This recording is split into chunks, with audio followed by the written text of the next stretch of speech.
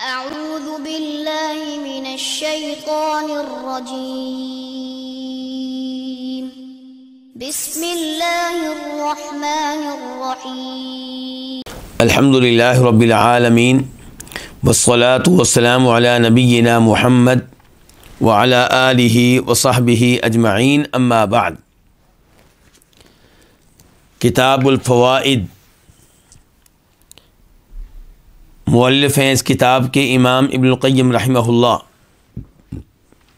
جو فوت ہوئے ہیں 751 ہجری میں 751، اور اس کتاب کا وہ ایڈیشن جس کی تحقیق کی ہے شیخ محمد عزیر شمس نے، اس کے اعتبار سے آج ہمارا صفحہ ہے 96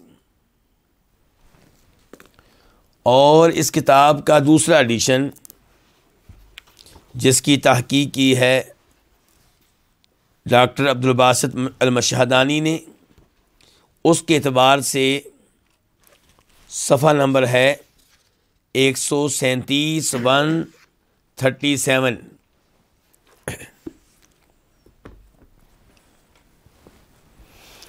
امام صاحب آج کے پہلے فائدے میں فرماتے ہیں: المعرفۃ بساط لا یطؤ علیہ الا مقرب، والمحبۃ نشید لا یطلب علیہ الا محب مغرم۔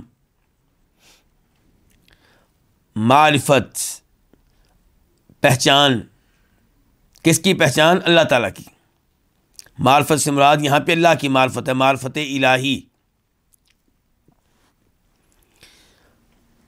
اللہ تعالیٰ کی معرفت، اس کا اہتمام ہونا چاہیے، انسان کو پتہ ہونا چاہیے کہ میرا خالق کون ہے، اس کے نام کیا ہیں، اس کی صفات کیا ہیں، میرا مالک کون ہے، مجھے رزق دینے والا کون ہے جس کے ہاتھ میں میری موت ہے، اور کون ہے جس کے سامنے میں نے روز قیامت پیش ہونا ہے۔ اور آپ کیسے اللہ تعالیٰ کو پہچان سکتے ہیں، کیسے اللہ کی معرفت حاصل کر سکتے ہیں؟ امام ابن القیم رحمہ اللہ اسی کتاب میں صفحہ نمبر 249 پہ 249 وہاں پہ فرماتے ہیں کہ اللہ کی معرفت کے بہترین ذرائع دو ہیں۔ ایک، اللہ کو پہچاننا اللہ کی شرعی آیات کے ذریعے، یعنی کہ اللہ کے کلام کے ذریعے، قرآن کے ذریعے۔ قرآن پڑھ کے پتہ چلے گا اللہ کون ہے، اللہ کے نام کیا ہیں، اللہ کی صفات کیا ہیں۔ اور دوسرے نمبر پہ اللہ رب العزت کو پہچانا جا سکتا ہے اللہ کی آیات مشہودہ کے ذریعے، یعنی کہ وہ نشانیاں جو نظر آتی ہیں۔ سورج کے ذریعے آپ اللہ کو پہچان سکتے ہیں، چاند کے ذریعے اللہ کو پہچان سکتے ہیں، سمندر کے ذریعے اللہ کو پہچان سکتے ہیں، پہاڑوں کے ذریعے، اونٹوں کے ذریعے۔ افلا ينظرون الى الابل كيف خلقت۔ تو کہنے کا مطلب یہ ہے کہ اللہ تعالیٰ کی مخلوقات میں سے ایک ایک مخلوق بتاتی ہے کہ اسے کوئی نہ کوئی پیدا کرنے والا ہے، اور وہ کون ہے؟ وہ اللہ رب العزت ہے۔ تو اللہ کی پہچان، اللہ کی معرفت یہ ہونی چاہیے، اس کا اہتمام ہونا چاہیے۔ آپ اللہ کے نام یاد کریں، اللہ کی صفات یاد کریں، ان کا معنی و مفہوم معلوم کریں۔ تو امام صاحب یہاں پہ کہتے ہیں المعرفۃ بساط، اللہ کی معرفت بساط ایک ایسی چٹائی ہے، ایک ایسی چٹائی ہے، لا یطؤ علیہ، جسے نہیں رونتے، جس پہ نہیں پاؤں رکھتے، الا مقرب، مگر وہ جو اللہ کے مقرب ہوں۔ جو اللہ کا مقرب ہوگا، جس کو اللہ اپنے قریب کرے گا، جو اللہ کے قریب ہونا چاہے گا، وہی اس چٹائی پہ پاؤں رکھے گا۔ کون سی چٹائی؟ اللہ کی معرفت کی، یعنی کہ اللہ کی معرفت کا اہتمام وہی کرے گا جو اللہ کا مقرب بندہ ہوگا، جو اللہ کے قریب ہونا چاہتا ہے، جس کو اللہ نے قریب کر لیا ہے، جس کو اللہ توفیق دے گا، جس پہ اللہ کا یہ انعام ہو چکا ہے۔ تو اگر آپ بھی اللہ کے مقرب بننا چاہتے ہیں، میں بھی اللہ کا مقرب بننا چاہتا ہوں، تو مجھے چاہیے، آپ کو چاہیے کہ ہم اللہ کی معرفت کا اہتمام کریں، اللہ کو جانیں، اللہ کو پہچانیں۔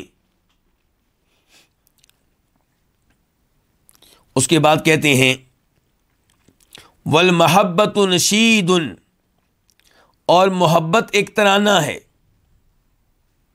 کس کی محبت؟ اللہ رب العزت کی محبت۔ اللہ کی محبت کا بھی اہتمام ہونا چاہیے۔ تو یہاں پہ امام صاحب کہہ رہے ہیں کہ اللہ کی محبت نشید، ایسا ترانہ ہے، لا یطرب علیہ، جس پہ نہیں جھومتے، جس پہ وہی جھومے گا، الا محب، جو اللہ سے صحیح معنوں میں محبت کرنے والا ہوگا، مغرم، جو اللہ تعالی کا دل دادا ہوگا۔ اللہ کی محبت میں مزہ اسی کو آئے گا، لطف اسی کو آئے گا جو صحیح معنوں میں اللہ سے محبت کرنے والا ہوگا۔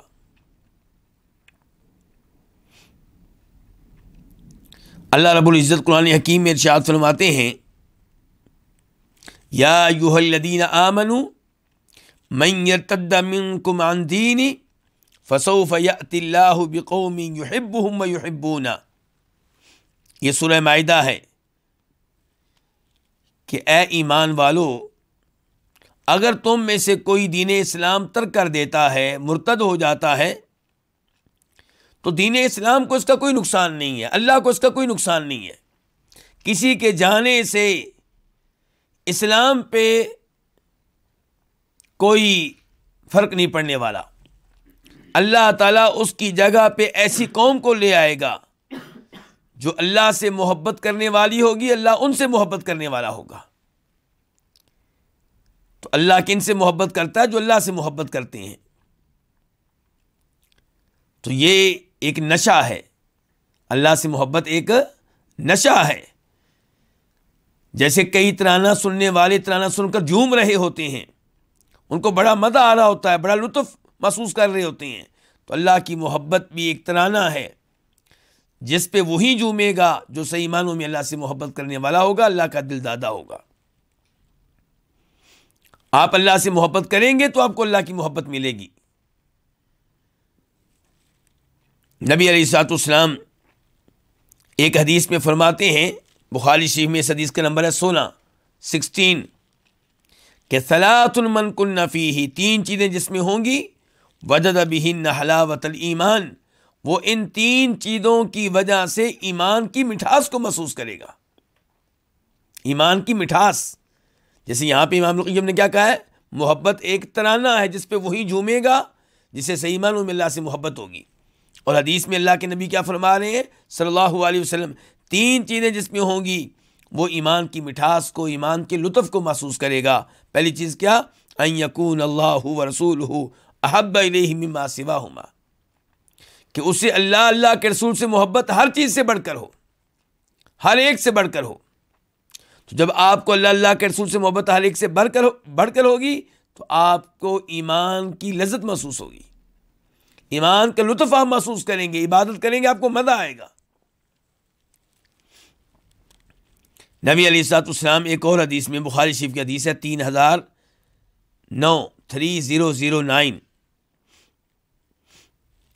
خیبر کی لڑائی کا واقعہ ہے، ایک قلعہ فتح نہیں ہو رہا تھا، تو نبی علیہ الصلوۃ والسلام نے فرمایا لأعطین الرایۃ غدا رجلا یفتح علی یدیہ یحب اللہ ویحبہ اللہ ورسولہ، کہ کل میں قیادت کا جھنڈا ایک ایسے آدمی کو دوں گا جس کے ہاتھوں یہ قلعہ فتح ہو جائے گا، اللہ تعالیٰ اس کے ہاتھوں پہ فتح دے گا۔ اس آدمی کی خوبی یہ ہوگی کہ وہ اللہ سے محبت کرنے والا ہوگا اور اللہ کے رسول کو اس سے محبت ہوگی۔ تو آپ اللہ سے محبت کریں، اللہ آپ کو اپنا محبوب بنا لے گا۔ تو یہ کہہ رہے ہیں امام صاحب کہ محبت ایسا ترانہ ہے، لا یطرب علیہ، جس پہ نہیں جھومتے مگر وہ جو صحیح معنوں میں محبت کرنے والے ہوں اللہ تعالیٰ سے، مغرمون، اللہ تعالیٰ کے دل دادا ہوں۔ تو یہ ہے محبت جو انسان میں ہونی چاہیے، لڑکیوں کی محبت نہیں، غیر لڑکیوں کی محبت کو دل میں پالنے کی کوئی ضرورت نہیں ہے. پالیں اللہ کی محبت کو، دل میں جگہ دیں اللہ کی محبت کو، اللہ کے رسول کی محبت کو صلی اللہ علیہ وسلم.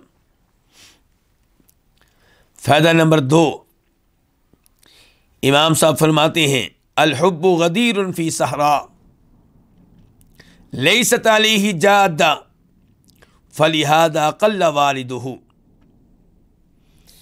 کہ محبت ایک تالاب ہے جو صحرا میں ہے. اللہ کی محبت اس تالاب کی مانند ہے جو کہاں پہ ہے؟ صحرا میں. اگر کوئی تالاب آپ کے گھر کے دائیں بائیں ہو تو آسانی سے آپ بھی چلے جائیں گے اور دنیا بھی آئے گی. لیکن وہ تالاب جو نہ گھر کے دائیں بائیں ہے، نہ آپ کے شہر میں ہے، نہ آپ کے گاؤں میں ہے، نہ اس راستے کے دائیں بائیں ہے جس پہ چل کے کہیں آپ جا رہے ہیں، بلکہ کسی صحرا میں، صحرا کے اندر ہے. کیوں جی؟ اس تالاب تک پہنچنا آسان ہے؟ بہت مشکل ہے. پیاس لگی ہے، پانی کی ضرورت ہے، لیکن صحرا میں جانا یہ خود ایک مسئلہ ہے، تو جانا آسان نہیں ہے. تو یہ امام صاحب کہنا چاہتے ہیں کہ محبت ایک ایسا تالاب ہے جو کہاں پہ ہے؟ صحرا میں. لیست علیہ جادہ، اس تالاب کی طرف جانے والا کوئی ایسا راستہ نہیں ہے، جادہ جسے آپ شہرائے عام کہہ سکیں، عام سڑک کہہ سکیں، جس پہ ساری دنیا سفر کرتی ہو، اس پہ چلتی ہو، اس پہ گزرتی ہو، ایسا کوئی راستہ نہیں ہے. تالاب کہاں؟ صحرا میں، اور صحرا کی طرف جانے والا کوئی عام راستہ بھی نہیں ہے. فَلِهَذَا قَلَّ وَارِدُهُ، اسی لیے اس تالاب پہ آنے والے بہت کم ہیں. اس لیے اس تالاب پہ آنے والے بہت کم ہیں. تو اللہ تعالیٰ کی محبت ایسے ہی ہے. اللہ کی محبت پانے کے لیے قربانیاں دینی پڑتی ہیں، مشکلات کا سامنا کرنا پڑتا ہے، مصائب جھیلنا پڑتی ہیں. اور پھر یہ بھی کہ اگر ساری دنیا اس محبت میں لگی ہوتی تو آپ کو بھی حوصلہ مل جاتا. لیکن مسئلہ یہ ہے کہ اس محبت کو پانے میں بہت کم لوگ ہیں جو لگے ہوئے ہیں. تو جب یہ صورتحال ہو تو ایسی محبت کو حاصل کرنا آسان کام نہیں ہے. لیکن آپ نے یہ کام کرنا ہے، کیونکہ جب آپ اس تالاب تک پہنچ جائیں گے پانی مل جائے گا، پیاس بجھ جائے گی، مسائل حل ہو جائیں گے. کسی طریقے سے آپ پہنچ جائیں، کسی طریقے سے پہنچ جائیں. یہ دیکھ کے پریشان نہیں ہونا کہ اس راستے پہ چلنے والے لوگ بہت کم ہیں. یہ دیکھ کے پریشان نہیں ہونا کہ اس تالاب تک پہنچنے کے لیے صحرا میں داخل ہونا پڑے گا. تو اس پانی کی خاطر اس راستے پہ چلا جا سکتا ہے جس پہ چلنے والے بہت کم ہیں، اس صحرا میں پہنچا جا سکتا ہے جہاں تک جانے والے بہت کم ہیں. تو امام صاحب کہہ رہے ہیں کہ ہمت بڑھائیے، لوگوں سے متاثر نہ ہوں. اس راستے پہ چلنے والے لوگ کم ہیں، پریشان نہیں ہونا آپ نے. وَقَلِيلٌ مِّنْ عِبَادِيَ الشَّكُورُ، اللہ نے تو بہت پہلے کہہ دیا ہے کہ میرا شکر ادا کرنے والے بندے بہت کم ہیں. اللہ کی اطاعت کرنے والے بندے بہت کم ہیں. عام طور پہ وہ لوگ ہوتے ہیں جو اللہ کے نافرمان ہوتے ہیں. لیکن آپ یہ سوچئے کہ اگر آپ اس سفر پہ چل نکلیں گے، صحرا میں داخل ہو جائیں گے، تالاب تک پہنچ جائیں گے تو آپ کے سارے مسائل حل ہو جائیں گے. آج کا فائدہ نمبر 3 فرماتے ہیں امام صاحب المحب یہرب الی العزلۃ والخلوۃ بمحبوبہ والانس بذکرہ کہرب الحوت الی الماء والطفل الی امہ.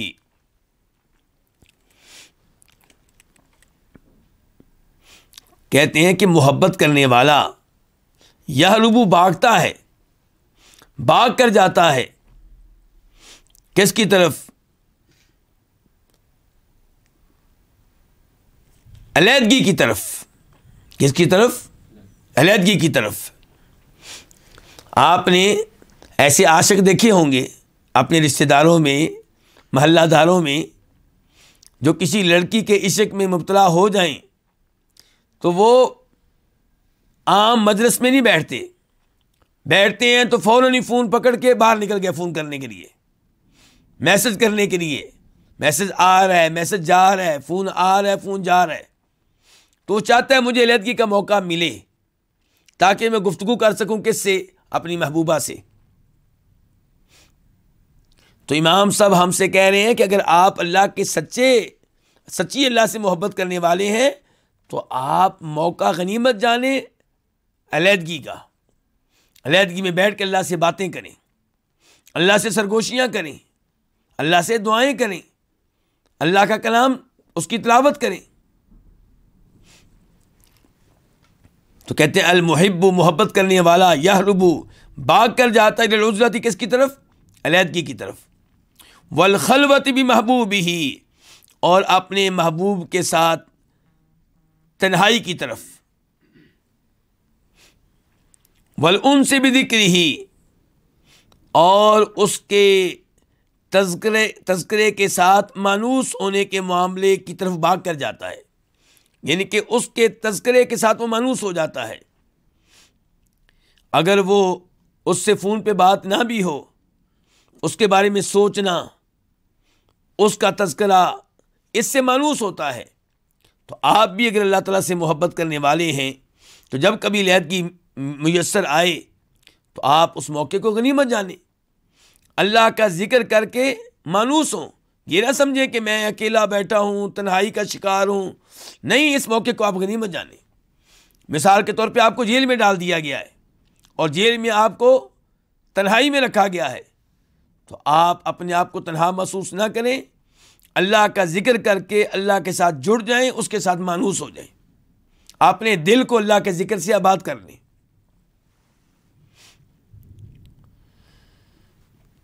تو محبت کرنے والا بھاگ کر جاتا ہے علیحدگی کی طرف اور اپنے محبوب کے ساتھ تنہائی کی طرف، اور اس کے تذکرے کے ساتھ مانوس ہو جانے کی طرف۔ کہتے ایسے ہی کہارا بالحوت الی الماء، جیسے مچھلی بھاگ کر جاتی ہے کس کی طرف؟ پانی کی طرف۔ آپ مچھلی کا شکار کریں اور ابھی وہ زندہ ہو اور آپ اسے پانی کے باہر رکھ دیں، اس کی کوشش کیا ہوگی؟ مجھے دوبارہ پانی میں داخل ہونے کا موقع مل جائے۔ والطفل الی امہ، جیسے بچہ بھاگ کر جاتا ہے کس کی طرف؟ اپنی ماں کی طرف۔ جیسے بچہ بھاگ کر جاتا ہے ماں کی طرف، جیسے مچھلی بھاگ کر جاتی ہے پانی کی طرف، ایسے ہی آپ بھاگ کر جائیں تنہائی کی طرف، لیکن تنہائی کس کے ساتھ ہو؟ اللہ تعالیٰ کے ساتھ ہو۔ امام صاحب ہم سے یہ تقاضا نہیں کر رہے کہ آپ رشتہ داروں کو چھوڑ دیں، والدین کو چھوڑ دیں، بہن بھائیوں کو چھوڑ دیں، نہیں، وہ کہتے ہیں کہ آپ رہیں والدین کے ساتھ، رہیں بہن بھائیوں کے ساتھ، لیکن کوشش کریں کہ 24 گھنٹوں میں ایسے لمحات آپ کو میسر آئیں جن لمحات میں آپ اللہ تعالیٰ کے ساتھ تنہا ہو جائیں، تنہائی میں اللہ سے سرگوشیاں کر رہے ہوں، اللہ سے باتیں کر رہے ہوں، اللہ کا ذکر کر رہے ہوں۔ آپ اس حدیث پہ غور کریں جو بخاری میں آئی ہے، نمبر ہے 660، جس میں آتا ہے کہ 7 لوگ ہیں جن کو اللہ تعالیٰ روز قیامت اپنے عرش کے سائے میں جگہ دے گا جب اللہ کے سائے کے علاوہ کوئی سایہ نہیں ہوگا۔ اس میں ایک آدمی کون سا ہے؟ ان 7 میں سے ایک، وَرَجُلٌ ذَكَرَ اللَّهَ خَالِيًا، وہ آدمی جو اللہ کا ذکر کر رہا ہے تنہائی میں بیٹھ کے، خلوت میں، فَفَاضَتْ عَيْنَاهُ، تو اللہ کا ذکر کرتے کرتے اس کی آنکھوں سے آنسو نکل آئے۔ تو یہ حدیث ہمیں ترغیب دے رہی ہے کہ ہم کبھی تنہائی میں بیٹھ کے بھی اللہ کا تذکرہ کریں، اللہ سے باتیں کریں، اللہ کی نعمتوں کو یاد کریں، اللہ کے ناموں کا تذکرہ کریں، اللہ کی صفات کا تذکرہ کریں۔ دوسرے نمبر پہ آپ یہ دیکھیں کہ رمضان میں جو ہم اعتکاف کرتے ہیں اس کا کیا مقصد ہے؟ کیوں جی کیا مقصد ہے؟ یہی کہ ہمیں چند دن اللہ تعالیٰ کے ساتھ تنہا ہونے کا موقع میسر آ جائے. مسجد میں بیٹھ گئے ہیں, خیمہ سا لگا لیا ہے. کیوں خیمہ لگا لیا ہے؟ حالانکہ آپ کے ساتھ جو ہے وہ بھی اعتکاف کے لیے آیا ہوا ہے, آپ ان کے ساتھ مل کے بھی عبادت کر سکتے ہیں, لیکن نہیں, کوشش یہ رہے کہ میں اپنے خیمے میں رہوں اور میں اپنے خیمے میں تنہا رہ کے اللہ کے ساتھ جڑ جاؤں, اللہ کے ساتھ ایک تعلق قائم کر لوں, اللہ کے سامنے توبہ کے آنسو بہا لوں. تیسرے نمبر پہ آپ اس حدیث پہ غور کریں, ابن ماجہ کی حدیث ہے, نمبر ہے 3251 3251. جب نبی علیہ الصلوۃ والسلام مکہ سے ہجرت کر کے مدینہ آئے تو آپ ابھی قباء میں تھے, مدینہ سٹی میں نہیں پہنچے تھے, کہ بہت سے لوگ آپ سے ملنے کے لیے آئے, آپ کو دیکھنے کے لیے آئے. ان میں سے ایک تھے عبداللہ بن سلام یہودی, جو بعد میں مسلمان ہوئے, صحابی بنے, جن کو آپ نے جنت کی خوشخبری دی, لیکن تب وہ ایک یہودی عالم دین تھے. کہتے ہیں کہ میں آیا تو آپ کیا گفتگو فرما رہے تھے؟ لوگوں سے کہہ رہے تھے کہ لوگوں اطعموا الطعام, کھانا کھلایا کرو, ایک دوسرے کو کیا کرو؟ کھانا کھلاؤ. وافشوا السلام, سلام کو عام کرو, جہاں جائیں جدھر داخل ہوں کہیں السلام علیکم. اور کہا تھا اس موقع پہ آپ نے یہ بھی کہ وصلوا الارحام, رشتہ داروں سے اپنے تعلقات کو مضبوط کریں. وصلوا باللیل والناس نیام, رات کو نماز پڑھو جبکہ لوگ سوئے ہوئے ہوں. لوگ سوئے ہوئے ہیں اور آپ نماز پڑھ رہے ہیں, یہ کیا ہے؟ تنہائی کا تعلق کس کے ساتھ؟ اللہ کے ساتھ.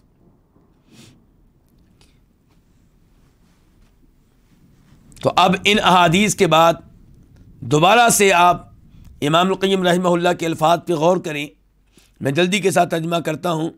کہتے ہیں کہ محبت کرنے والا بھاگ کر جاتا ہے علیحدگی کی طرف اور اپنے محبوب کے ساتھ تنہائی کی طرف, اور اس کے تذکرہ کر کے مانوس ہو جانے کی طرف, جیسے مچھلی بھاگ کر جاتی ہے پانی کی طرف اور بچہ بھاگ کر جاتا ہے اپنی ماں کی طرف. اس کے بعد امام صاحب اپنے اس فائدے کی تائید میں ایک شعر لے کر آئے ہیں. کس کا؟ کسی دیوانے کا. دیوانے سے مراد کیا؟ کسی عاشق کا. اور عاشق کون ہے؟ یہ مجنون. مجنون کس کا عاشق تھا؟ لیلا کا. مجنون کس کا عاشق تھا؟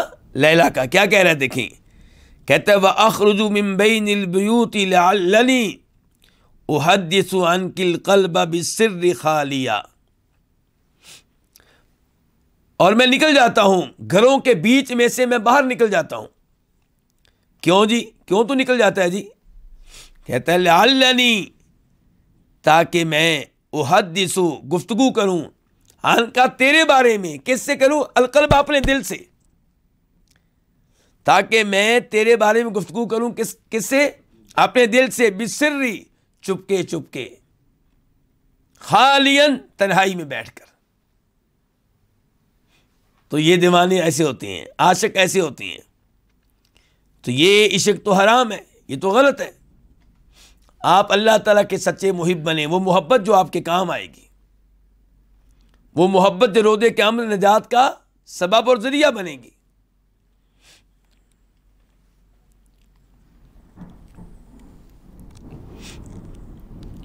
آج کا فائدہ نمبر 4. امام صاحب فرماتے ہیں لیس للعابد مستراح الا تحت شجرۃ طوبى ولا للمحب قرار الا یوم المزید. یہاں پہ امام صاحب یہ بتانے لگے ہیں کہ اللہ کے بندے جو شریعت کے مطابق زندگی گزارتے ہیں, ان کی زندگی اتنی آسانی سے نہیں گزرتی. پریشانیاں ہی پریشانیاں, ٹینشنیں ہی ٹینشنیں, پابندیاں ہی پابندیاں. یہ کام نہیں کرنا کیوں؟ کیونکہ اس میں سود ہے. یہ کام نہیں کرنا کیوں؟ کیونکہ اس میں جوا ہے.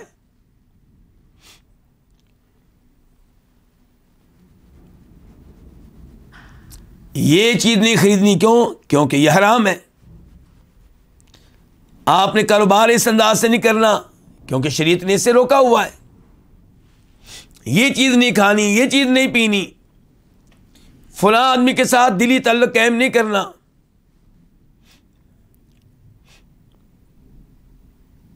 تو کہنے کا مطلب یہ ہے کہ اسلام کے مطابق زندگی گزارتے ہوئے اسلام کے مطابق زندگی گزارتے ہوئے مشکلات پیش آتی ہیں. انسان سوچتا ہے کہ سکون کب ملے گا، آزادی کب ملے گی، راحت کب ملے گی. تو امام صاحب اس کا جواب دے رہے ہیں، کہتے ہیں لیس للعابد مستراح، اللہ کی عبادت کرنے والے کے لیے مستراح کوئی مقام راحت نہیں ہے. الا تحت شجرۃ طوبیٰ، سوائے طوبیٰ نامی درخت کے نیچے. راحت کہاں جا کر ملے گی؟ طوبیٰ نامی درخت کے نیچے. یہ کیا معاملہ ہے جی؟ طوبیٰ نامی درخت یہ جنت کے درختوں میں سے ایک درخت ہے. یہ جنت کے درختوں میں سے ایک درخت ہے. اس کا تذکرہ کئی احادیث میں آیا ہے. مثال کے طور پہ ایک حدیث ہے مسند احمد کی، نمبر ہے 17,642 17642. عتبہ بن عبد السلمی کہتے ہیں کہ ایک اعرابی آیا نبی علیہ الصلوۃ والسلام کے پاس، تو اس کے اور اللہ کے نبی کے مابین گفتگو ہوئی جنت کے بارے میں، حوض کے بارے میں. تو پھر وہ اعرابی کہنے لگا فیہا فاکہہ، کیا جنت میں پھل بھی ہوں گے؟ آپ نے کہا نعم، ہاں. وفیہا شجرۃ، اور جنت میں ایک درخت ہے تدعا طوبیٰ، جس کا نام کیا ہے؟ طوبیٰ. مسند احمد کے محققین نے اس حدیث کے بارے میں کہا ہے کہ یہ درجہ حسن تک پہنچ سکتی ہے. شیخ البانی رحمہ اللہ نے اس کو صحیح قرار دیا ہے اپنی کتاب ظلال الجنہ میں. ظلال الجنہ میں اس کا نمبر ہے 716 716. ظلال الجنہ اصل میں یہ شیخ البانی کی محنت ہے حدیث کے لحاظ سے، ان کی تحقیق، ان کی تخریج ان احادیث کی جو آئی ہے امام ابن ابی عاصم کی کتاب السنہ میں.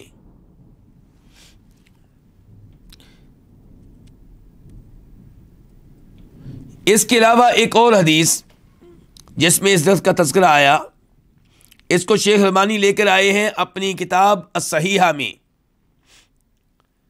وہ کتاب جس میں انہوں نے صحیح حدیث جمع کر دی ہیں. نمبر ہے وہاں پہ اس کا 1985 1985. طوبیٰ شجرۃ فی الجنہ، کہ طوبیٰ جنت میں ایک درخت کا نام ہے. مسیرۃ 100 عام،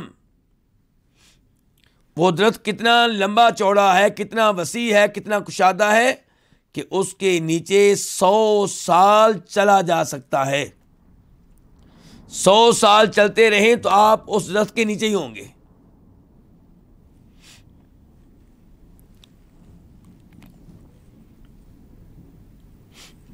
اور بخاری کی ایک حدیث ہے، اس کا نمبر ہے 4335 4335 کہ ان فی الجنت شجرہ، جنت میں ایک درخت ہے، یسیر الراکب فی ظلها 100 سنہ، ایک شخص جو کسی سواری پہ سوار ہوگا وہ اس کے سائے میں 100 سال چلتا رہے گا، ولا یقطعها، لیکن یہ درخت ختم نہیں ہوگا، درخت کے نیچے سے نکل نہیں سکے گا. تو بخاری کی حدیث میں درخت کا نام نہیں آیا، لیکن دیگر احادیث میں درخت کا نام آ گیا. کیا نام ہے جی؟ طوبہ. تو امام ابن القیم رحمہ اللہ کو دعا دیجئے. کیسا زبردست کلام لے کر آتے ہیں. کہتے ہیں کہ اللہ کی عبادت کرنے والے کے لیے کوئی مقام راحت نہیں ہے سوائے طوبہ درخت کے نیچے. وہاں جا کے مقام راحت ملے گا. امام احمد بن حنبل رحمہ اللہ سے پوچھا گیا تھا کہ راحت کب ملے گی، سکون کب ملے گا؟ کہا تھا جب جنت میں پہلا قدم رکھیں گے. جب جنت میں پہلا قدم رکھیں گے. آگے فرماتے ہیں امام صاحب وَلَا لِلْمُحِبِّ قَرَارٌ إِلَّا يَوْمَ الْمَزِيدِ. اور محبت کرنے والے کو، کس سے محبت کرنے والے کو؟ اللہ سے. اور محبت کرنے والے کو قرار نہیں ملے گا، سکون نہیں ملے گا، اطمینان نہیں ملے گا الا یوم المزید، مگر مزید، یوم مزید میں. یوم مزید کس کا نام ہے؟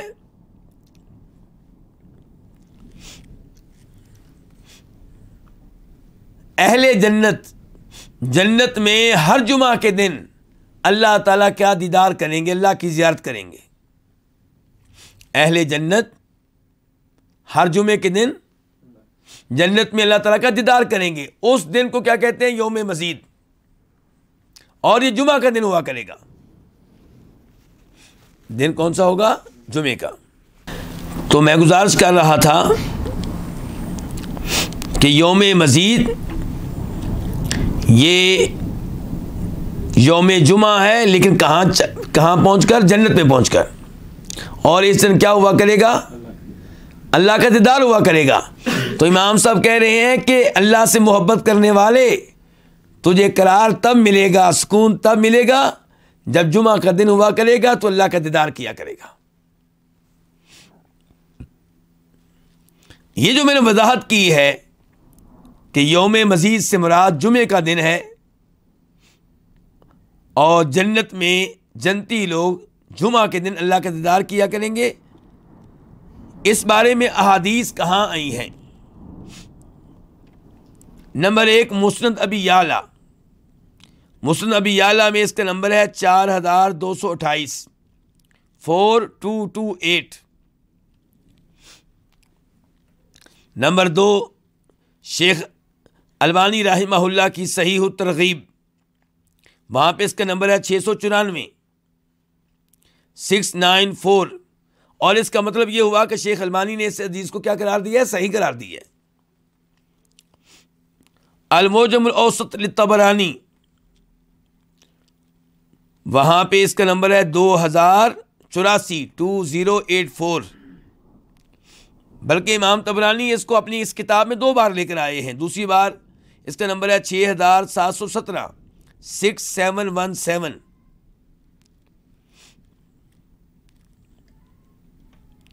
تو خلاصہ کلام یہ ہوا اس فائدے کا کہ وَاعْبُدْ رَبَّكَ حَتَّى يَأْتِيَكَ الْيَقِينُ، کہ آپ عبادت کرتے رہیں، اللہ کی شریعت پہ چلتے رہیں یہاں تک کہ موت آ جائے.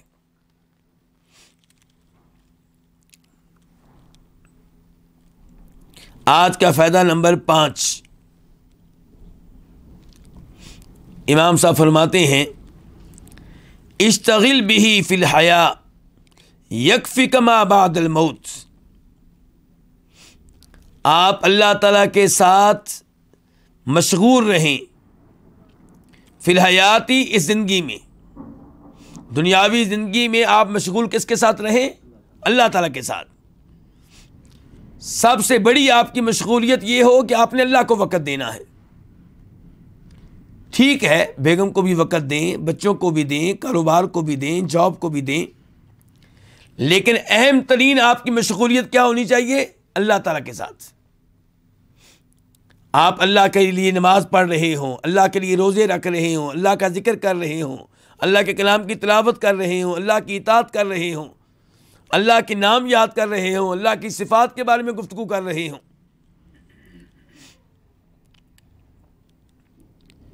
تو آپ اللہ کے ساتھ مشغول رہیں اس زندگی میں. ہوگا کیا؟ ملے گا کیا؟ رزلٹ کیا نکلے گا؟ نتیجہ کیا ہوگا؟ یکفیک ما بعد الموت، وہ اللہ آپ کے لیے کافی ہو جائے گا موت کے بعد کے لمحات میں.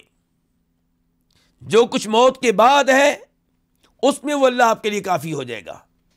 یعنی کہ دنیا میں آپ اللہ کو یاد رکھیں، مرنے کے بعد اللہ تعالیٰ آپ کے کام آئے گا، آپ کی مدد کرے گا، آپ کو عزت دے گا، آپ کو عذاب ذلت رسوائی سے محفوظ رکھے گا. اللہ آپ کی مدد کرے گا مرنے کے بعد. اس موقع پہ جب قبر میں فرشتے آ کے سوال کریں گے تمہارا رب کون ہے، تمہارے نبی کون ہے، تمہارا دین کیا ہے.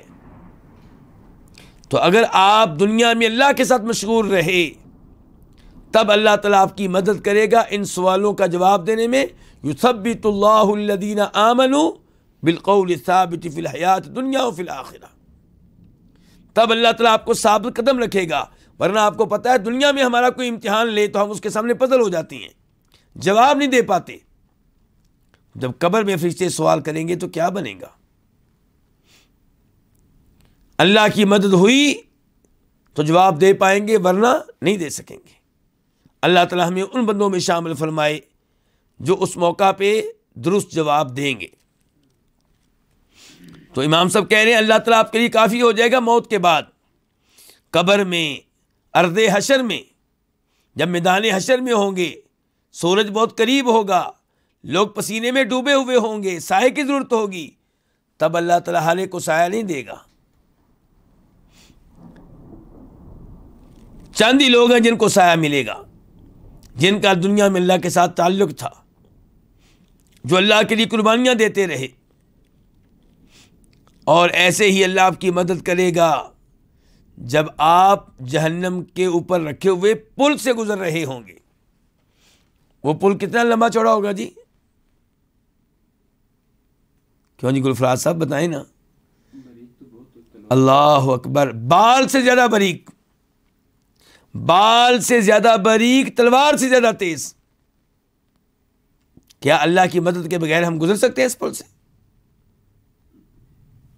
تو اس لیے اگر ہم چاہتے ہیں کہ قبر میں اللہ ہماری مدد کرے، ارض حشر میں اللہ ہماری عزت رکھے، اور جہنم پہ رکھے ہوئے پل جس کو صراط کہتے ہیں اس پہ اللہ ہماری مدد کرے، تو پھر اس دنیا میں اللہ کے ساتھ مشغول رہیں، اللہ کو وقت دیں، اللہ کو اہمیت دیں، اللہ کی خاطر دوسروں کو پیچھے کر دیں. آج کا فائدہ نمبر 6 کہتے ہیں یا منفقا بضاعت العمر فی مخالفت حبیبہ والبعد منہ لیس فی اعدائک اضر علیک منک.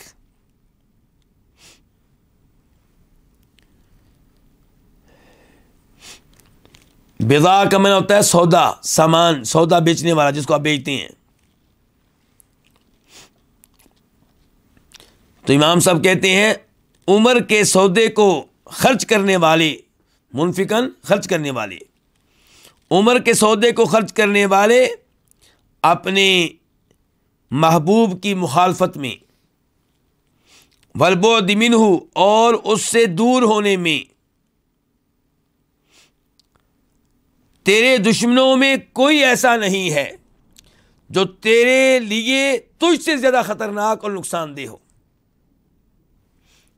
جتنا تو اپنا دشمن ہے اتنا تیرا کوئی اور دشمن نہیں ہے. تیرے نفس کا دشمن نمبر 1 خود تو ہے. کیسے؟ تو اپنی عمر کو کہاں خرچ کر رہا ہے؟ اپنی عمر کو کہاں پہ لگا رہا ہے؟ اللہ کی مخالفت میں اور ایسے اعمال میں جو اللہ سے دور کر دیں. تو تجھ سے بڑا تیری ذات کا دشمن کون ہوگا؟ تو اپنی ذات کا سب سے بڑا دشمن ہے. تیرے پاس تیری عمر امانت ہے، اس کے بارے میں سوال ہوگا. یہاں پہ ایک تو قرآن کریم کی یہ آیت سورہ فاطر آیت نمبر 37 اولم نعمرکم ما یتذکر فیہ من تذکر وجاءکم النذیر.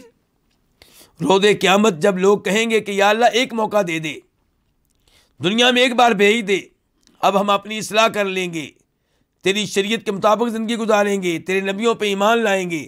اللہ تعالیٰ کہیں گے کیا میں نے تمہیں اتنی عمر نہیں دی تھی؟ جس عمر میں تم نے اپنی اصلاح کرنا ہوتی تو کر لیتے۔ وجاءکم النذیر، اور تمہارے پاس ہماری طرف سے ڈرانے والا بھی آیا، لیکن تم نے اپنی اصلاح نہیں کی۔ تو یہاں پہ عمر کا تذکرہ ہے کہ ہم نے تمہیں اتنی عمر دی تھی جس میں تم اپنی اصلاح کرنا چاہتے تو کر لیتے۔ اور پھر ترمذی شریف کی یہ حدیث 2417 2417، راوی ابو برزہ اسلمی، فرمایا نبی کریم صلی اللہ علیہ وسلم نے لا تزول قدم عبد یوم القیامہ، کسی بندے کے دونوں پاؤں ہل نہیں سکیں گے قیامت کے دن، حتیٰ یسأل، یہاں تک کہ اس سے سوال نہ کر لیا جائے، عن عمرہ فیما افنا، اس کی عمر کے بارے میں، یہ عمر کہاں فنا کی، کہاں پہ گزاری۔ تو ہمیں چاہیے اپنے وقت کی قدر کریں، اپنے وقت کو صرف کریں اللہ کی اطاعت میں، ان امور میں جو اللہ کے قریب کر دیں، جنت کے قریب کر دیں۔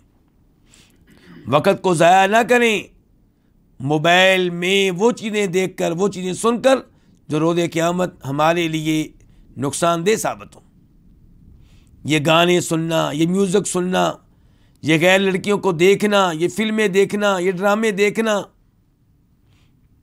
یہ وقت آپ کے پاس بڑی قیمتی چیز ہے۔ عمر کس چیز کا نام ہے؟ آپ کی زندگی کے سالوں کا نام ہے، مہینوں کا نام ہے، ہفتوں کا نام ہے، دنوں کا نام ہے، گھنٹوں کا نام ہے، منٹوں کا نام ہے۔ تو ایک ایک منٹ کی قدر کریں، ایک ایک دن کی قدر کریں۔ تو امام صاحب کہہ رہے ہیں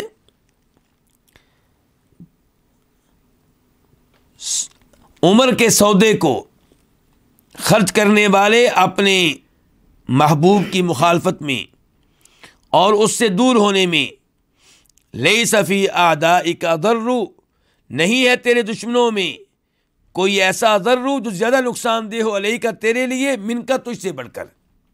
اور پھر امام صاحب اس فائدے کی تائید میں ایک شعر لے کر آئے ہیں۔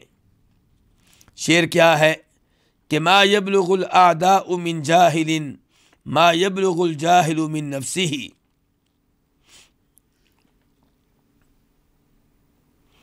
کہ کسی جاہل کو دشمن نقصان اتنا نہیں پہنچا سکتے جتنا نقصان جاہل خود اپنے آپ کو پہنچاتا ہے۔ ما یبلغ الاعداء، دشمن نہیں نقصان پہنچا سکتے، من جاہل، کسی جاہل کو، ما یبلغ الجاہل بنفسی، جتنا نقصان خود یہ جاہل اپنے آپ کو پہنچاتا ہے۔ تو ہم خود اپنے آپ اپنے دشمن ہیں۔ اللہ کرے کہ ہم اپنے اوپر رحم کریں اور اپنے لیے مخلص ہو جائیں، اپنے لیے مخلص ہو جائیں۔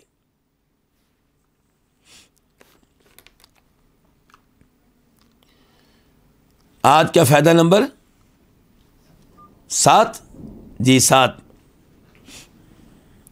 فرماتے ہیں امام صاحب الہمت العلیہ ہمت من استعد صاحبها للقاء الحبیب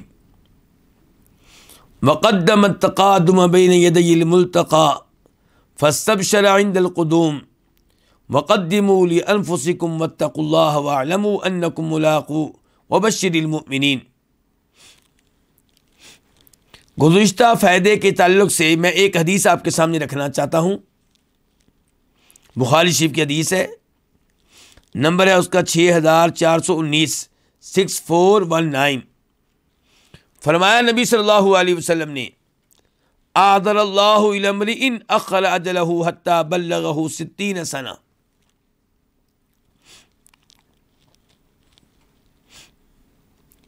کہ اللہ تعالیٰ نے اس آدمی کا عذر ختم کر دیا، بہانہ ختم کر دیا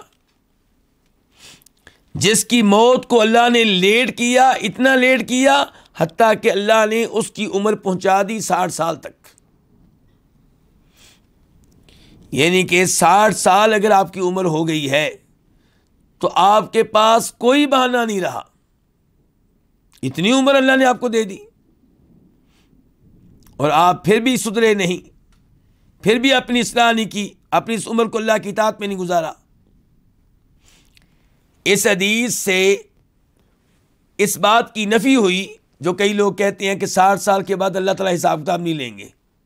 شاید آپ نے سنی ہو یہ بات، تو یہ غلط ہے۔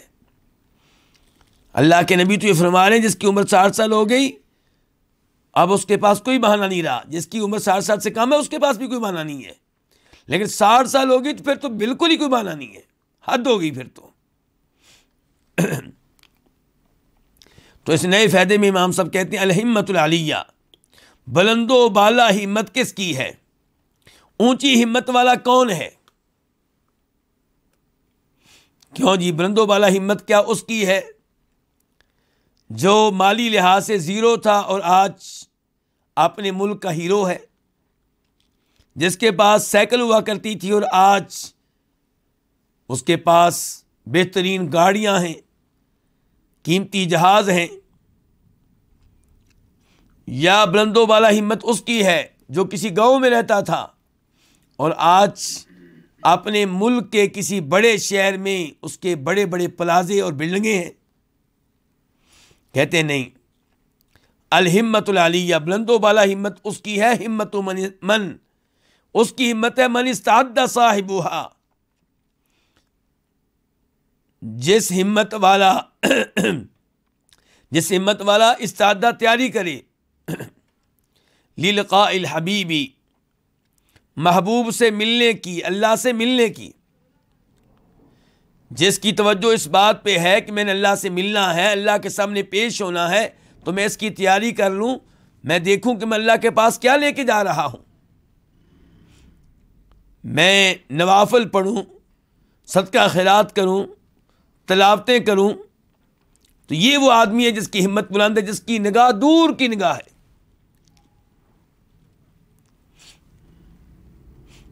وہ مال کماتا ہوگا، ایسا نہیں کہ نہیں کماتا ہوگا، لیکن اسے اتنی اہمیت نہیں دیتا جتنی اہمیت کس کو ہے؟ دین کو، قرآن کو، نمازوں کو، تلاوت کو۔ اللہ تعالیٰ سے ملنے کی تیاری ہو رہی ہے۔ تو بلند ہمت والا وہ ہے جو اپنے محبوب سے ملنے کی تیاری کرتا ہے۔ وقدم التقادم بین یدی الملتقی، اور ملاقات سے پہلے قدم وہ پیش کرتا ہے، وہ بھیجتا ہے۔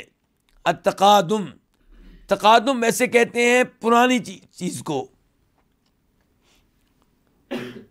تو یوں لگتا ہے کہ امام صاحب کہنا چاہتے ہیں کہ جو اللہ کے سامنے پیش ہونے سے پہلے، اللہ سے ملاقات کرنے سے پہلے کچھ چیزیں اللہ کے پاس بھیج دیتا ہے، نیک اعمال بھیج دیتا ہے، صدقہ خیرات بھیج دیتا ہے، نفلی روزے بھیج دیتا ہے، دیگر عبادات کو بھیج دیتا ہے۔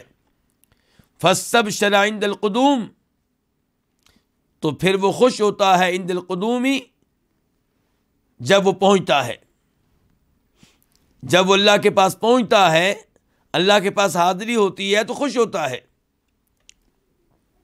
کیونکہ تیاری کر کے آیا تھا۔ اللہ تعالیٰ فرماتے ہیں وَقَدِّمُوا لِأَنفُسِكُمْ، اور اپنے لیے نیک اعمال کو آگے بھیج دو۔ اللہ کے پاس فوت ہونے سے پہلے نیک اعمال کو بھیج دو۔ وَاتَّقُوا اللَّهَ، اور اللہ سے ڈرتے رہو۔ وَاعْلَمُوا، اور تم جان لو، أَنَّكُمْ مُلَاقُوهُ، کہ بے شک تم اللہ سے ملاقات کرنے والے ہو، اللہ کے سامنے حاضر ہونے والے ہو، تم اللہ کے سامنے کھڑے ہونے والے ہو۔ وَبَشِّرِ الْمُؤْمِنِينَ، اور خوشخبری دے دیں ایمان والوں کو۔ تو اس آیت میں وہی موضوع آ گیا جو یہاں پہ ہمارا موضوع ہے، کہ یہاں پہ کیا ہے جی، اللہ تعالیٰ کہہ رہے ہیں آپ نیک اعمال آگے بھیج لو اور جان لو کہ اللہ سے ملاقات ہونے والی ہے۔ اور خوشخبری کن کے لیے ہوگی؟ مومنوں کے لیے جو توحید پہ ہوں گے، نیک اعمال بجا لاتے ہوں گے۔ یہ سورہ بقرہ کی آیت نمبر 223 ہے، 223۔ آج کا فائدہ نمبر 8، کہتے ہیں تاللہ ما عدا علیک العدو، الا بعد ان تولى عنك الولي فلا تظن ان الشیطان غلب ولكن الحافظ اعرض. لوگ کیا کہتے ہیں جی؟ کہتے ہیں جی نیکی کرنا چاہتا ہوں لیکن شیطان چھوڑتا ہی نہیں، نماز کے لیے جانے ہی نہیں دیتا، تلاوت کرنے ہی نہیں دیتا، شیطان کا میرے اوپر قبضہ ہو گیا ہے، شیطان کا میرے اوپر کنٹرول ہو گیا ہے. امام صاحب کہتے ہیں کیوں ہوا کنٹرول؟ یہ بتا کیوں ہوا ہے؟ کہتے ہیں تاللہ، اللہ کی قسم، ما عدا علیک العدو، تجھ پہ نہیں دشمن نے حملہ کیا، دشمن نے تجھ پہ زیادتی نہیں کی. دشمن سے مراد کون ہے یہاں پہ؟ شیطان. الا بعد ان تولى عنك الولي، مگر اس کے بعد کہ جب تجھ سے تیرے ولی نے اراض کر لیا، تیرے ولی نے منہ موڑ لیا. ولی سے مراد دوست. تیرا دوست کون؟ تیرا رب. تو نے رب کو ناراض کر لیا، رب نے تیرا ساتھ چھوڑ دیا، تو پھر شیطان کا قبضہ ہونا ہی تھا، پھر شیطان کو غلبہ ملنا ہی تھا، پھر شیطان کا تیرے اوپر تسلط قائم ہونا ہی تھا. تجھے چاہیے کہ اپنا تعلق مضبوط کرے. کس کے ساتھ؟ اپنے ولی کے ساتھ، اپنے رب کے ساتھ، اپنے خالق کے ساتھ، اپنے مالک کے ساتھ.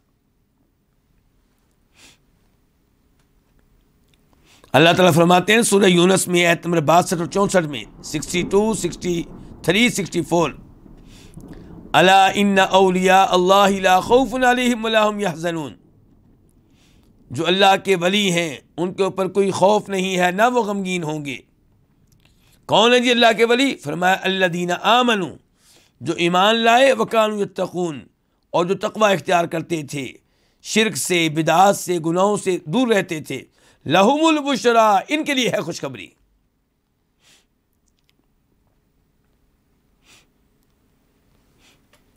سورہ نحل میں آیت نمبر 128 میں اللہ تعالیٰ کہتے ہیں 128، ان اللہ مع الذین اتقوا، بے شک اللہ تعالیٰ ان کے ساتھ ہے جو کیا اختیار کریں؟ تقوی. یہ اللہ کے ولی ہیں نا، تو اللہ ان کے ساتھ ہے. والذین هم محسنون، اور جو نیکوکار ہیں اللہ ان کے ساتھ ہے، اللہ ان کی مدد کرتا ہے. اور جہاں تک معاملہ ہے شیطان کا، تو سورہ نحل آیت نمبر 99 اور 100 فرمایا انہ لیس لہ سلطان علی الذین آمنوا وعلی ربہم یتوکلون. شیطان کا غلبہ ان پہ نہیں ہے جو مومن ہیں، کیونکہ مومن اللہ کے ساتھ جڑے ہوئے ہیں نا. فرمایا شیطان کا غلبہ نہیں ہے ان پہ جو مومن ہیں، وعلی ربہم یتوکلون، اور جو اپنے رب پہ توکل کرتے ہیں. شیطان کا غلبہ پھر کن پہ ہے؟ شیطان کا حملہ کن پہ کامیاب ہوتا ہے؟ فرمایا انما سلطانہ علی الذین یتولونہ، شیطان کا غلبہ انہی پہ ہے، شیطان کا تسلط انہی پہ ہے جو شیطان کو دوست بناتے ہیں.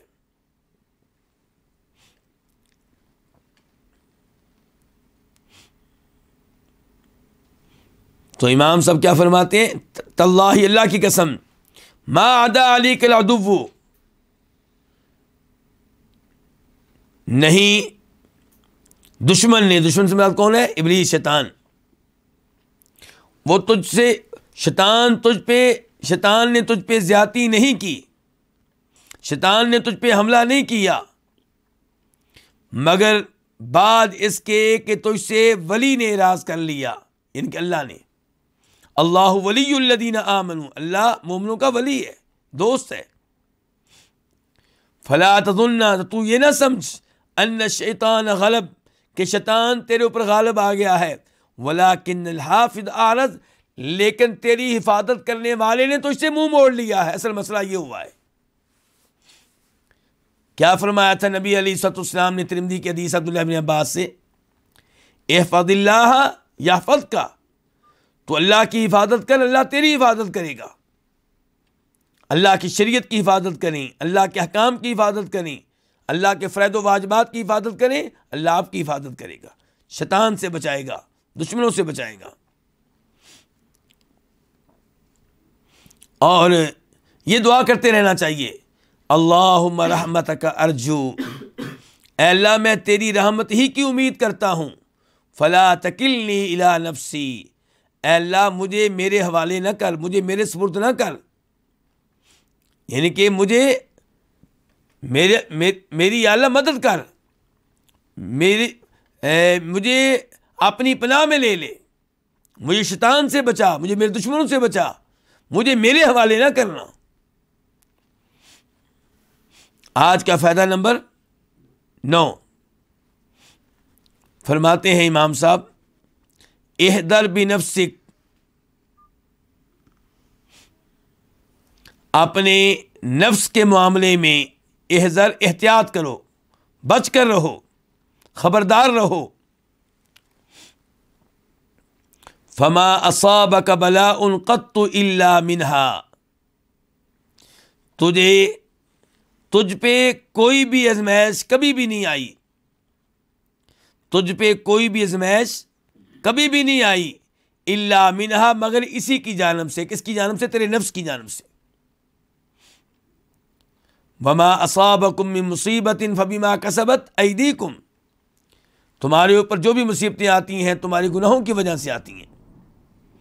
تو امام صاحب کہہ رہے ہیں اپنے نفس سے بچ کر رہو، تمہارے اوپر کبھی بھی کوئی مصیبت نہیں آئی، کوئی آزمائش نہیں آئی مگر اسی کی طرف سے۔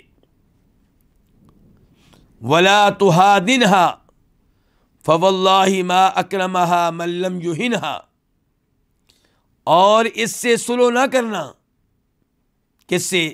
اپنے نفس سے، اس سے جنگ کرنی ہے، اس کی باتیں نہیں ماننی، کیونکہ ان النفس لامارۃ بالسوء، کیونکہ نفس جو ہے یہ تو برائی کا حکم دیتا ہے، برائی کی ترغیب دیتا ہے، برائی پہ ابھارتا ہے۔ تو کہتے ہیں ولا تحادنها، اس سے سلو نہ کرنا، فواللہ ما اکرمها من لم يهنها، اللہ کی قسم وہ اس کو عزت نہیں دے سکے گا۔ کس کو؟ اپنے نفس کو۔ وہ اس کو عزت نہیں دے سکے گا، من لم يهنها، جو اس کو رسوا نہیں کرے گا۔ دنیا میں اس کو رسوا کریں تو اللہ کے ہاں آپ کو عزت ملے گی۔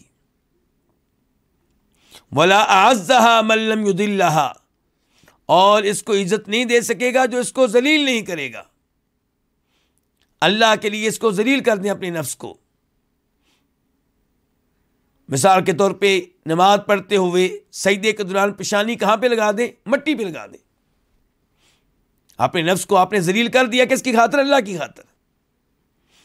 اللہ کی خاطر مومنوں کے سامنے جھک جایا کریں۔ وما تواضع احد للہ الا رفعہ اللہ، مسلم کی حدیث ہے، جو اللہ کی خاطر تواضع اختیار کرتا ہے، انکساری اختیار کرتا ہے، اللہ اس کو بلند کرتا ہے۔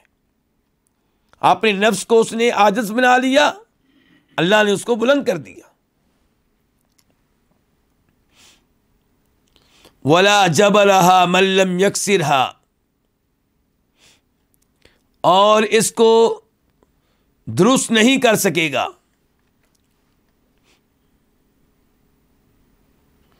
جو اس کو توڑے گا نہیں۔ اپنے نفس کو توڑ دیں اللہ کی خاطر تو اللہ اس کو جوڑ دے گا۔ ولا اراحها من لم یتعبها، اور اس کو راحت نہیں دے سکے گا، کس کو؟ اپنے نفس کو۔ کون؟ جو اس کو تھکائے گا نہیں۔ اگر آپ چاہتے ہیں اس کو راحت ملے، اس کو تھکائیے اللہ کی راہ میں۔ کبھی آپ تہجد کے لیے اٹھ رہے ہوں، کبھی آپ روزے میں ہوں گرمیوں کے دنوں میں، اور روزے کی حالت میں کبھی نماز پڑھنے کے لیے جا رہے ہیں، کبھی تلاوت کر رہے ہیں، کبھی جہاد کے لیے جا رہے ہیں، اللہ کی راہ میں لڑنے کے لیے جا رہے ہیں، تو جتنا آپ اپنے نفس کو تھکائیں گے اسی قدر اس کو راحت ملے گی۔ ولا امنها من لم يخوفها، اور اس کو امن نہیں دے سکے گا، اس کو بے خوف نہیں بنا سکے گا جو اس کو خوف میں مبتلا نہیں کرے گا۔ دنیا میں خوف میں مبتلا کریں، کیسے خوف میں مبتلا کریں؟ کہ آپ جب دین پہ عمل کریں گے دنیا آپ کی دشمن بن جائے گی۔ جب صحیح معنوں میں دین پہ عمل کریں گے دنیا آپ کی دشمن بن جائے گی، آپ ان کی دشمنی کو قبول کریں اور دین پہ عمل کرتے رہیں. جب ایسا کریں گے تو آپ کو امن ملے گا. الذین آمنوا ولم یلبسوا ایمانہم بظلم اولئک لہم الامن وہم مہتدون. جو ایمان لے آئے اور ایمان کا حق ادا کیا, ایمان کو شرک کے ساتھ ختم نہیں ہونے دیا, یہی وہ لوگ ہیں جن کو امن ملے گا, یہ بے خوف ہوں گے, یہ ہدایت کے اوپر ہے. ولا فرحها من لم يحزنها, اور اس نفس کو خوشیاں نہیں دے سکے گا کون؟ جو اس کو غم میں مبتلا نہیں کرے گا. دنیا میں اس کو غم میں مبتلا ہونے دیں, ٹینشن میں مبتلا ہونے دیں. روز آخرت کیا ملیں گی؟ خوشیاں ملیں گی, قبر میں خوشیاں ملیں گی, راحتیں ملیں گی.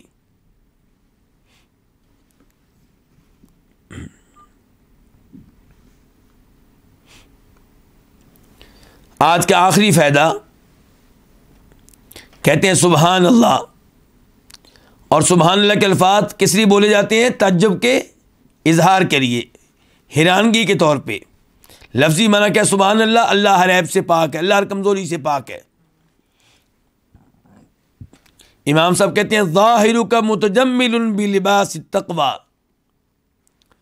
تیرا ظاہر مزین ہے تقوی کے لباس کے ساتھ. کیا مطلب؟ بظاہر تو متقی ہے, لوگوں کے سامنے تو اپنے آپ کو بڑا متقی پرہیزگار ظاہر کرتا ہے, اور دنیا بھی تیرے بارے میں یہی گواہیاں دیتی کہ تو بڑا متقی اور پرہیزگار ہے.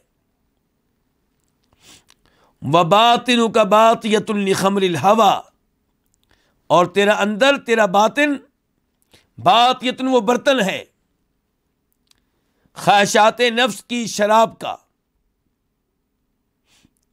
تیرا باطن خواہشات نفس کی شراب کا کیا بن چکا ہے؟ برتن بن چکا ہے. خواہشات نفس کا مشروب تو پیتا ہے, خواہشات نفس پہ تو عمل کرتا ہے, جو دل چاہتا ہے وہ تو کرتا ہے, نہیں دیکھتا کہ اللہ نے یہ کام کرنے کی اجازت دی ہے یہ نہیں دی, شریعت اس بات کی اجازت دیتی ہے کہ نہیں دیتی. تو اپنے من پہ چلتا ہے, اپنی خواہشات پہ عمل کرتا ہے. یہ ہے تیرا باطن, تیرا اندر. اسی لیے تو تنہائی میں کیا کرتا ہے؟ لوگوں کے سامنے تو متقی پرہیزگار ہے, تنہائی میں تو کیا کرتا ہے؟ یہ دیکھ, یہ سوچ. وہاں تو اپنی خواہشات پہ عمل کرتا ہے, وہاں تو اپنے آپ کو اللہ کے احکام کا پابند نہیں بناتا. فَكُلَّمَا طَيَّبْتَ الثَّوْبَ فَاحَتْ رَائِحَةُ الْمُسْكِرِ مِنْ تَحْتِ, جب بھی تو نے اپنے کپڑوں پہ خوشبو لگائی تو کپڑے کے نیچے سے شراب کی بدبو پھوٹنے لگی. تو اوپر کیا لگاتا ہے؟ خوشبو, یعنی کہ اپنے آپ کو متقی ظاہر کرتا ہے, لیکن تیرے کپڑے کے نیچے سے شراب کی بدبو پھوٹ رہی ہے, وہ آ رہی ہے. فَتَبَاعَدَ مِنْكَ الصَّادِقُونَ, اس وجہ سے تو اس سے دور ہو چکے کون؟ اللہ کے سچے بندے, اللہ کے نیک بندے, اللہ کے سچے بندے دور ہو چکے, کیونکہ وہ جان چکے تیرے باطن کو. ان کو بدبو آتی ہے تو اس سے شراب کی, ان کو بدبو آتی ہے تیرے باطن کی, وہ پہچان گئے ہیں تو اندر سے متقی اور پرہیزگار انسان نہیں ہے. وَالْحَاذَ إِلَيْكَ الْفَاسِقُونَ, اور تیرے ساتھ لگ چکے ہیں کون؟ فاسق. اللہ کے سچے بندے, نیک بندے تیرے باطن کو پہچان کر تو اس سے دور ہو چکے. وہ تجھے دوستی کے قابل نہیں سمجھتے, وہ تجھے اس قابل نہیں سمجھتے کہ تجھ سے محبت کی جائے, تو اس سے تعلقات قائم کیے جائیں. تو اب جب وہ دور ہو گئے ہیں تو تیرے دائیں بائیں کون جمع ہو چکے ہیں؟ فاسق. کیوں؟ کیونکہ تیرا باطن صاف نہیں تھا. سزا یہ ملی ہے کہ اب تیرے دوست کون ہیں؟ فاسق قسم کے لوگ, مجرم قسم کے لوگ, برے لوگ. اللہ رب العزت سے دعا ہے کہ اللہ تعالی ہمیں اپنے باطن کو بہتر سے بہتر بنانے کی توفیق عنایت فرمائے. اللہ ہمیں اپنے متقی اور پرہیزگار بندوں میں شامل فرما لے. اللہ ہمیں کبیرہ گناہوں سے بچنے کی توفیق عنایت فرمائے. اللہ ہمیں اپنے محبوب بندوں میں شامل فرما لے. وصلی اللہ تعالی علی نبینا محمد وعلی آلہ وصحبہ اجمعین.